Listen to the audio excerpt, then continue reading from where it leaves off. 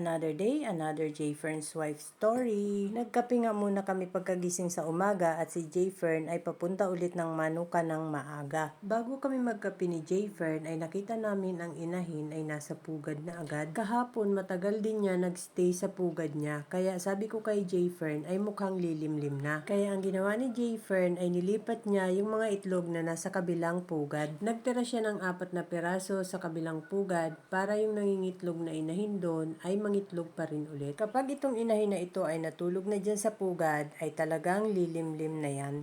Bago ako magpatuka ay pinuntahan ko muna ang mga sisiw. Dito sila sa gilid ng bahay magdamag. Nilagay ko lang sa kahon para hindi lamigin. At yung kahon ay ipinasok ko sa scratch pen para kung makaalpas man sila ay hindi makakalabas. Ito namang golden boy pullet ay nangitlog ng maaga. Pagkatapos yung mangitlog ay ibinaba na ni Jayfern dyan sa scratch pen kasama ang broodstag. Dyan sila maghapon ulit para mababhan siya ng broodstag.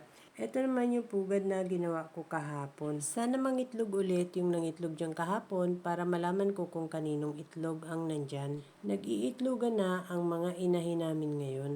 Lalo na itong nasa multi-purpose pen. Halos araw-araw na silang nangingitlog. Sa range area naman ay tumigil mangitlog ang 5K sweater magmula nung kinuha namin yung madami niyang itlog. Yung Boston Brood Hen daw ang nag-uumpisa ng mangitlog ngayon, sabi ni Jayfern.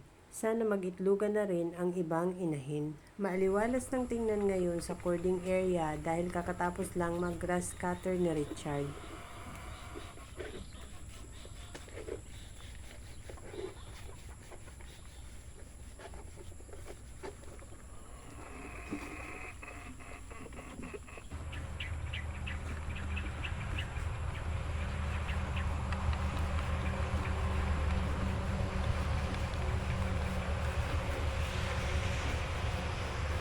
Itong isang inahin ay lilimlim na nga, gabi na andito pa rin siya sa pugad niya. Malamang katapusan ng December ang pisa ng mga itlog nito. Sana nga magaling itong lumimlim para madaming mapisa sa mga itlog niya. Pagkatapos namin kumain, naalala ni Jayfern na dapat ay i-hatcher na ang mga unang itlog na isinalang namin. At dahil sa hatcher na nga nakalagay yon, sabi ni Jayfern ay mag-egg candling na daw kami nung huling isinalang namin. Mukhang magaganda ang similya nung mga itlog na huli naming isinalang. Kaya lang, habang sinisilip ni Jayfern, may narinig kami. Shit na!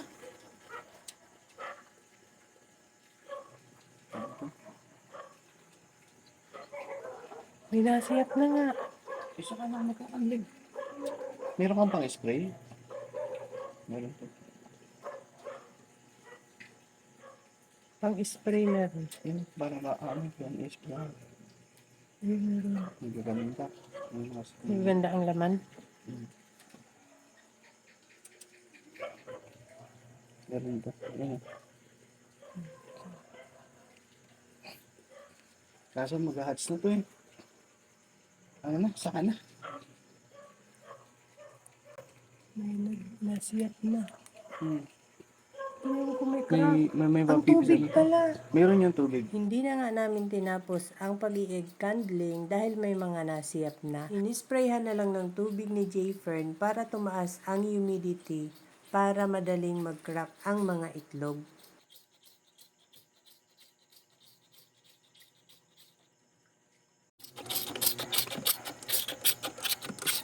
Tabi na. Ay, nagalaw na yun. Tabi dyan. Pati yung na-spray ba itong ano? Ay, nasiyap na nga. Ano yun? Mainit na yan. Tabi ni. Ayun, nasiyap doon banda.